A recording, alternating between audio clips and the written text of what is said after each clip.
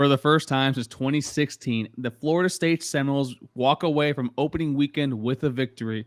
Today on Locked On Seminoles, we're talking about what we expected, what we got from the game, and so much more on today's edition of Locked On Seminoles. Let's ride. You are Locked On Seminoles, your daily podcast on the Florida State Seminoles, part of the Locked On Podcast Network. Your team every day.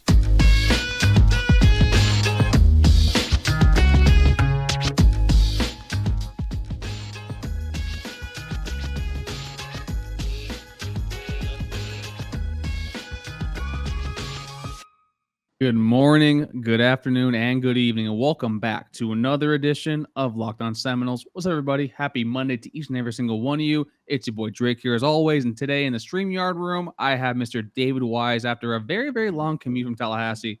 Dave, how's it hanging, my brother? Eating a W, Drake. Eating the W.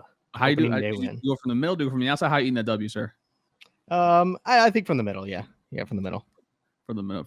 And folks, thank you guys so much for being Locked On Seminoles, the first listen each and every single day. As always, with we're your experts on the team, and we just love having each and every single one of you supporting us through basically what we get to do as a hobby and covering one of our favorite sports teams, one of our favorite sports programs. But Dave, we are here to celebrate and relish in the finally the breakthrough with winning an opening game weekend. I want to get first your raw thoughts on the game, and then tell the folks what we're talking about today.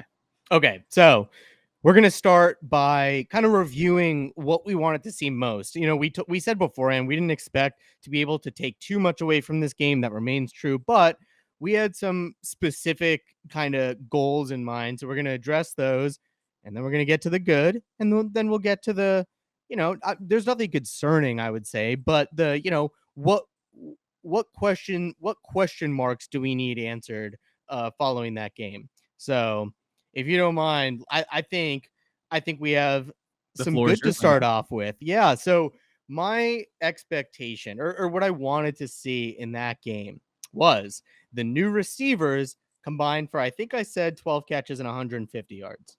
So that would be Duquesne, Micah Pittman, and Johnny Wilson, the three of them in particular. Well, they didn't quite get 12 catches. They combined for 8, and they didn't quite get 150 yards. They combined for 135. However, tell you what, man, you got to be feeling good about this receiving core. The three of them did their thing. I was impressed by each of them in their own ways. It is clear that the wide receiver room, because of their presence here, is not going to be the worst in the ACC like it has been, and it's probably going to be top half of the ACC. And they're doing that, allowed something to come out of nowhere with Kentron Portier. So we might have more good than we know at this position, and these new receivers' impact may not be as limited as just their own performance on the field. They may elevate even the existing receiving core. And that's kind of where I'm going to kind of, I guess, piggyback up one of your goods primarily, because I think we saw something that we have basically been, I guess, much more aligning at FSU when it comes to the wide receiver development, especially with Coach Ron Duquesne. You see what Duquesne has been able to do since, for those who don't remember, Duquesne is a former converted quarterback to the wide receiver spot when he was over at Illinois.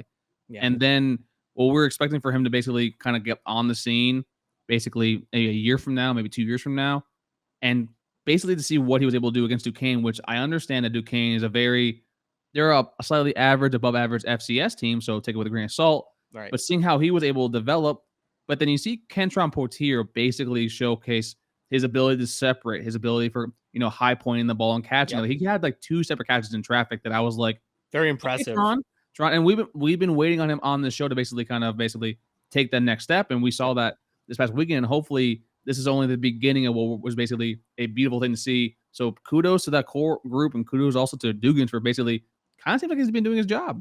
Yeah, well, he was given better tools in the cupboard to work with for sure.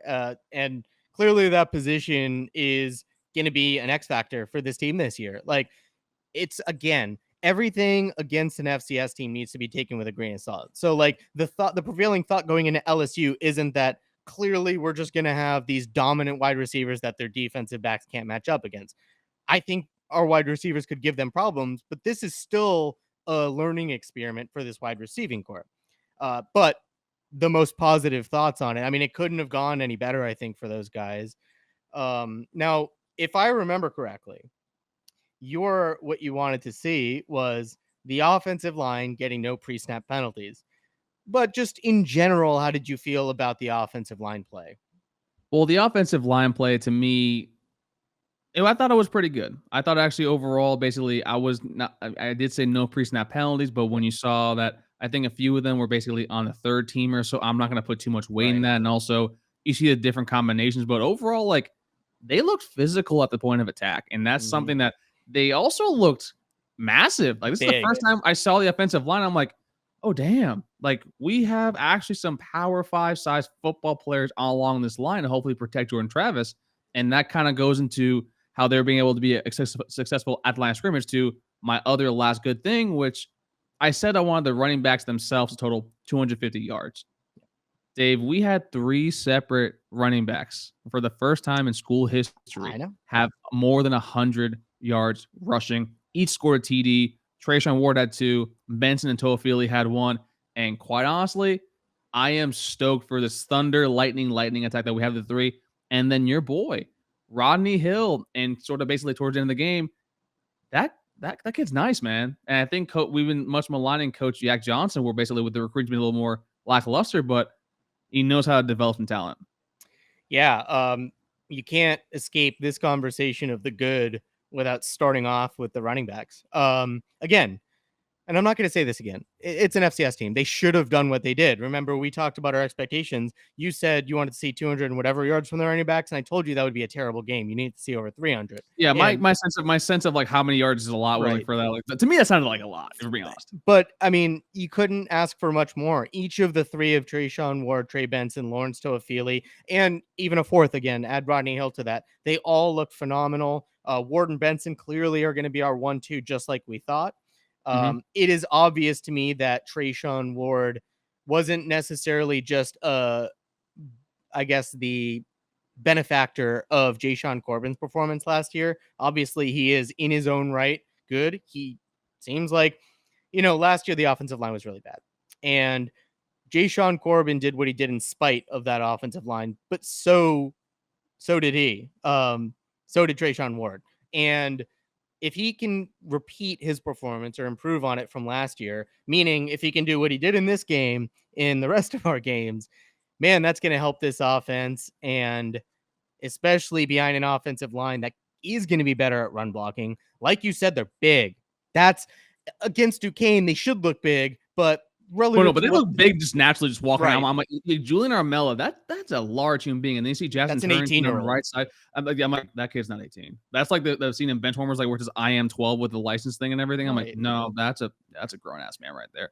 But Yeah. with the running backs, they look great. And then that kind of goes to the last kind of good thing here too. I'm probably the first one on here to criticize Jordan Travis, when it comes to basically his limitations or my perceived limitations of him as a quarterback. I know, like, we have to keep quantifying it, but that's fair to do that. He looked a lot more comfortable probably towards the total of the game. And not only that, we saw the deep throws, but we know he can hit those. We've seen him hit it with the wheel route with Jake Hyde. That's kind of like his bag. Yep. He looked a lot more comfortable with the passes over the middle, poised, comfortable. Like he went through some similar progressions. Like I know it's a little bit easier, but like the pass Johnny Wilson that should have been a touchdown across the middle. Then you had another one to Cameron McDonald and also with Kentron Portier. Like the middle of the field might be open for JT, and that's going to be something that hopefully is added to his bag for the season. Yeah, you and I's big gripe with Jordan Travis really the only thing about him that I really critique is his short and intermediate passing and his passing over the middle. If he can be consistent with that, and if he can hit receivers where only they can catch it and or in stride, this offense is going to be top 50 potential, perhaps even better. But yeah, you'll have people that I think look at the box score, and people who are inclined to be cynical to Jordan Travis going into the game will point out that he didn't throw for a touchdown and that's frustrating and that you couldn't even do that against Duquesne. I mean, that's, again, he looked better. He looked improved passing from last year where he had already improved from the year before. I think that bodes well. And the fact that they didn't ask him to run does not mean that Jordan Travis is not going to be a dangerous runner. It's that they didn't want to get Jordan Travis injured, and that was absolutely the right way to play that. And we'll talk more about basically everything we thought, could have gone a little bit better or some of the minor criticisms because there is stuff to criticize actually from this game. But before we do that, folks, we're here to talk to you guys a little more about something that's a little more important than also that kind of is prevalent around when college football comes back. You're going to bars, you're going to friends' houses. And sometimes, you want to add a little more fun to your party. But folks, it's something that you don't want to do right before you start driving. Are you one of those people who thinks it's okay to drive stoned? What's the worst that can happen? You end up driving below the speed limit, driving a little bit above the speed limit. It's no big deal, right? Well, friends, that's where you're wrong. The truth is your reaction time is 10 times slower, way down when you're high. You're not only put yourself in danger, but everyone else around you on the road. Now, to talk about a buzzkill. Stop kidding yourself. It's not okay to drive high. If you've been using marijuana in any form, do not get behind the wheel of the car because, folks, you can make the choices for your own self, but when you're on the road, you're making choices for another person who doesn't have a chance to basically go against that. So, folks, please, if you feel different, you most likely will drive different. Drive high, and you'll most certainly enough get a DUI. All right, Drake, we have plenty more to talk about the Duquesne game before we put a bow on it and look ahead to LSU. Now, this was a well-executed game. Again, we did what we were supposed to do. We beat up on an FCS team. We didn't put Jordan Travis at risk of getting injured. We ran for a bajillion yards. Those are the things we should have done, and we barely let them score. However, there were some curious, they're not issues, but just curious takeaways from this game. The one that jumps out to probably anybody else listening to this, and to me most, is, man, I really hope Jordan Travis doesn't get injured because against a team like Duquesne, Tate Rodemaker should shine. That's just a reality. There's no spinning this one. There's no political spin job to do here. Tate Rodemaker should be able to bully a team like Duquesne, and just isn't it. I'm sure he's working his butt off. If Jordan Travis were to get injured, I got to see AJ Duffy. That's where I'm at, man. It's unfortunate, but I expect now to be in that same position as last year where Jordan goes down and we don't feel great about the chances of winning a game. At least with AJ, we don't know that he's not capable of doing it. Whereas I don't want to be a Debbie Downer, but I feel like I know that Tate's not going to win us that game. Yeah, I'm not going to belabor the point because kind of now at this point, we've been discussing how we all feel about Tate Rodemaker as a backup QB here. We also weren't, basically we heard about him being great in practice. I had a teammate of mine who was a really damn good pitcher when we're practicing. But when the lights come on, he became a thrower, which basically, folks, means he lost command of everything. He couldn't hit the strike zone. I tried my best to help him out. It didn't work out that way. So with Tate, to me, he in his FSU career has 6 games. He has 37, I think completions, 4 interceptions to 0 pick. 4 interceptions to 0 touchdowns. And he's in his 3rd year. So I think now you know what you have with Tate. And I'm just not going to discuss that anymore because I think at the point now, he seems like a nice kid. I just don't want to belabor the point with that. And then with AJ, my gripe mainly with that is I kind of want to see more than one series from him. Yeah, same. That's about it. But maybe you kind of keep it close to the vest, but also you don't want him to get hurt out there because we have seen basically where QBs get needlessly hurt, just basically doing scrimmages. And at that point of the game, it kind of was a glorified scrimmage. So I'm fine with that. I think my main gripe, though, from the game overall is our defensive back depth. We saw that Omarion Cooper was called out of the game. He was pulled from the game before the game started. Yeah. You had Jerry and Jones starting. Yep. And you kind of saw where basically Jarvis Brownlee did leave, and that was kind of a loss when it comes to the run game with the cornerbacks. But you also see basically where you don't have every single defensive back available, how kind of basically you're asking Jerry and Jones, who is probably a lot more successful in the nickel, than actually being your number 2 corner. And that kind of hurts you tremendously. And you're not being able to basically, you leave your linebackers out to dry. You leave your safeties out to dry. So to me, with defensive back depth, it's concerning. And hopefully Cooper was only pulled just basically for precautionary reasons because it was Duquesne. But that's maybe why you saw the staff was on like every single defensive back in the portal over the past few months. Yeah, I don't share that concern with the defensive back depth. I don't. I mean, we before this game talked about how the defensive back room is just loaded with both talent and experience in various ways. And I just don't share that until I see it play out on the field. Like maybe I'm getting caught up in name syndrome and just thinking, oh, look at these names and look at these guys that were 4 stars. I trust it to work out. I trust that they're going to be able to rotate these very talented pieces and be able to figure out a combination that works. This may be my bigger concern from the game, and maybe it's not a concern. I don't know. It could have been the game plan. It doesn't seem like something you would game plan. Are you doing defensive line? Not necessarily just the defensive line, but it obviously relates to it. I don't like that we had 1 sack, and I don't like that we didn't force any turnovers. That's tough. I mean, this is again a team where you should have been able to bully them. I mean, you did. You should be able to. You did. You should be able to force turnovers. Their quarterback went 7 of 17 passing. He could have picked off a few passes. Probably should have been able to force a couple fumbles, but that didn't happen. More importantly than that, though, to me, is the sack numbers. I get it. You know, you're not having to go 100%. You're not putting your best moves out there for LSU to see on film. But I would like them to have gone out and just really lit it up and gotten like 8 sacks or something and go into the LSU game just, you know, them scared of what we have to offer. So I think more like, because that's how I originally felt when I first watched it, but then I watched it again. I kind of like subsided a little bit. Then also Kevin Little from X's and Noles over at 247 posted that the average team on dropbacks, you know, gets rid of the ball to quarterback in 2.78 seconds. This team on average was like 2.3 flat. So if you looked at every single dropback, so like that's kind of what I was looking at this morning, where it was like 1, 2, and then throw. Like over the course of the game, Jared Verse and Darren McClendon were back there. Now, hopefully you should have gotten a little bit more. I think that's a fair criticism, but I also think that the way the defense was structured to basically not have that much on tape for LSU, but then also you saw a lot more different formations where I also noticed that Jamie Robinson took snaps at strong safety, free safety, linebacker, corner, and slot corner. So that's something else that he's going to basically putting on tape for LSU. So to me, the defensive line, that's a valid criticism. The turnover one, Tatum Bethune almost had that one. I thought he had it when he went back like this, but that was kind of more of a difficult grab. The streak.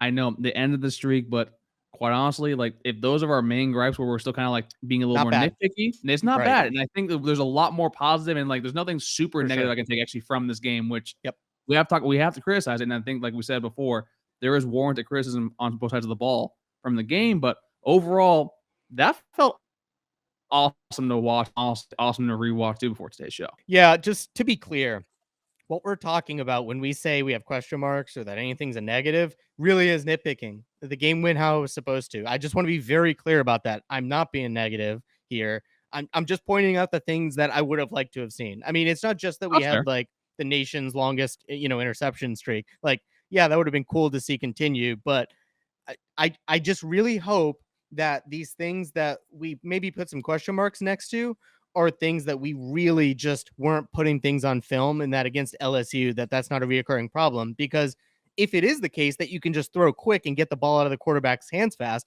that's something other teams can do. That's not just like something Duquesne's capable of. Other teams can do that too. And if we're getting killed with that, that's not great.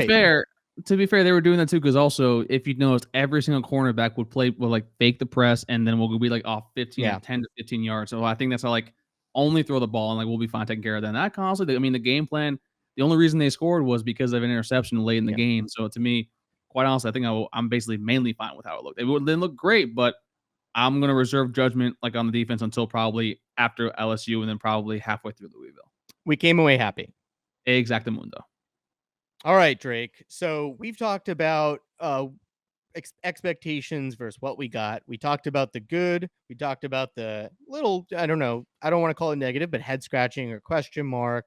So the question is commonplace criticism. That's all we're doing. It's all we're doing. It's constructive criticism, kind of the way you give me with my like lawyer stuff, because I ask you 1,000 questions and you never give me the damn answer. That's exactly right, Drake. You got to learn yourself. Yeah. All right. Exactly. So now the question is, where do we go from here? How do you feel in light of this game and what you saw play out on that field? Real plays, real football. How do you feel about going into LSU in light of everything you saw? I think I feel better, worse, same. I feel the same. Okay. If we're being completely honest here, I don't feel any different. I mean, I was concerned about the center spot, but then we saw Darius Washington pulled out. I mean, primarily precautionary reasons. Apparently, he was walking around the sideline. I wasn't at the game, but that's what I was told. And then you had Dylan Gibbons snapping, and I was like, do we think Dylan Gibbons can snap? Because basically that kid could basically do anything at this point. And you just move up Dimitri Emmanuel, also Jason Turrentine, who actually had a decent game. And I know the PFF grades drop, folks, but we'll look over those more in detail on tomorrow's episode.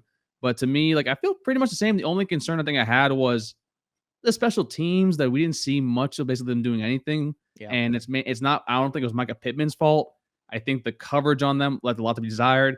And then with Sam McCall, I mean, I don't know who's Kick teaching him what to returns. do with the returns. Like it's like he wanted to get hit. It's like, come attack me. Like he ran right into a wall several times. But overall, like I feel good about this, even though I'm still worried how this offensive line, especially the middle up the middle, is going to deal with that defensive line at LSU, because that defensive line at LSU is really damn dangerous.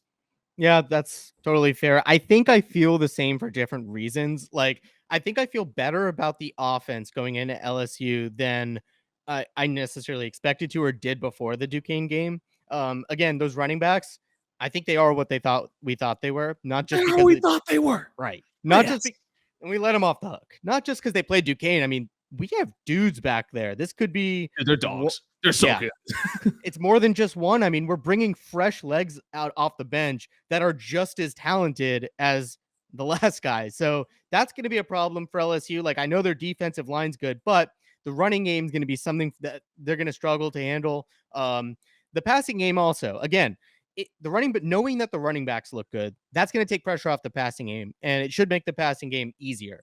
These receivers looked good. If they can replicate that level of performance and competency against LSU, and Jordan Travis is better at passing short and over the middle, I feel much better about this offense, even though it was only Duquesne. I think they're at or ahead of where I would have wanted them to be by this point. The reason I feel the same, though, is again, just, the defense. I don't think anybody has been more positive this offseason about this defense than me. I've been telling anybody who will listen, this is a top 25, possibly top 10 defense nationally. I'm going to need to see, again, there were reasons for it. I'm going to need to see those sacks show up against LSU, because you're going to need sacks to win that game. This isn't Duquesne. And you're going to need turnovers.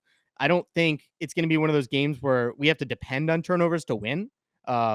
I don't know that we're going to have a game on our schedule that we're going to have to depend on turnovers to win, but we're going to need to force them. And we were good at it last year. We brought a nation-leading interception streak going into the Duquesne game. We were excellent at sacking the quarterback last year. So I need to see those things continue. I don't necessarily feel too much worse about the defense because there wasn't much to learn, but having not seen the, sack party I expected to see, or, the just knocking people out of play and just forcing fumbles like left and right, having not seen that, I think it evens out what I got from the offense. So I feel about the same against LSU, which is to say, I think we should win.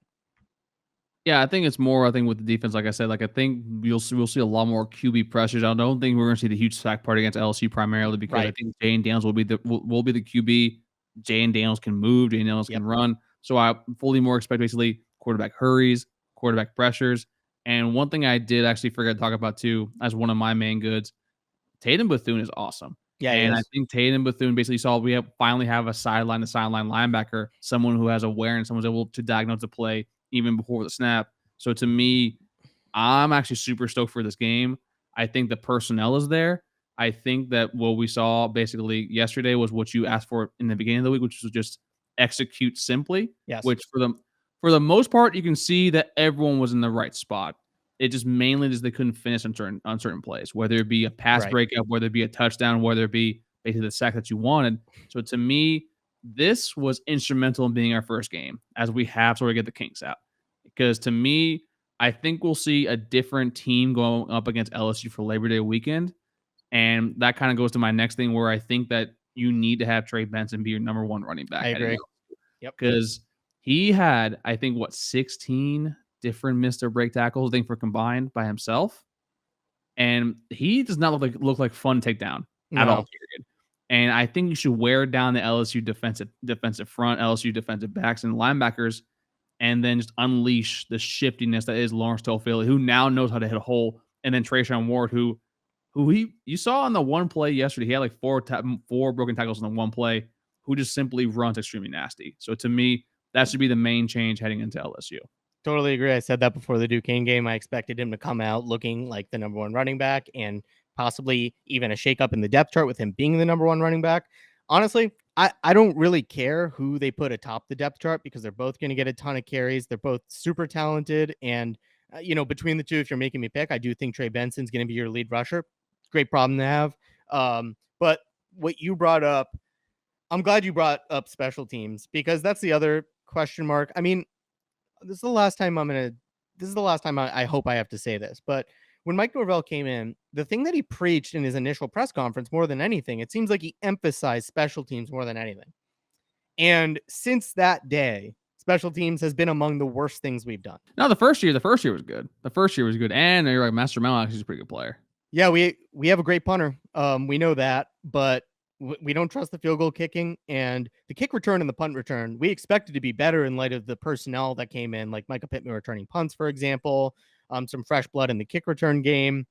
We're going to need to see that materialize because if we're making the same sloppy and uncoordinated special teams mistakes that we did last year, that's going to hold us back. And they weight that in like the advanced metrics, the special teams play into it, and it counts less than offense and defense because you're doing it less often. That's going to matter, and special teams could be the difference easily against LSU. No, I completely agree. I think field position will probably be the name of the game. But folks, that's all the time that we have for today. Please drop down in the comments below what you liked of the Duquesne game. Like, to me personally, I thought it was everything we wanted, except for, being a little bit nitpicky because it was a great win. It was the first time that actually I could enjoy a Saturday. Like, oh, we're going to stomp this team that we're supposed to. Please drop that down below. Also, drop down your expectations heading into LSU. As we discuss more and more throughout the week, we're actually meeting with Caroline Fenton of Locked On LSU for a crossover episode later in the week. Now, Dave, please let the folks know what to do with YouTube, and also hit them with the podcast instructions. All right, guys, for the podcast, you can find us anywhere you get your podcast: Spotify, Stitcher, Apple, Google Play, all those good places. For the YouTube, subscribe to the channel.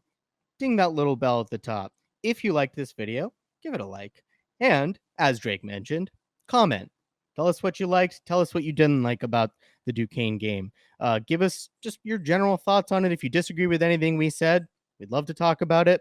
And like Drake said, tell us what you think about Gordon and LSU. How'd this make you think about it?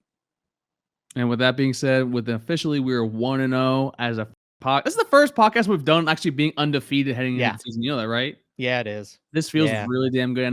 I know Seminole Nation also feels good as well. With that being said, this was Drake. That was Dave. And we'll see y'all next time on Locked On Seminoles. Take care, everybody. Undefeated.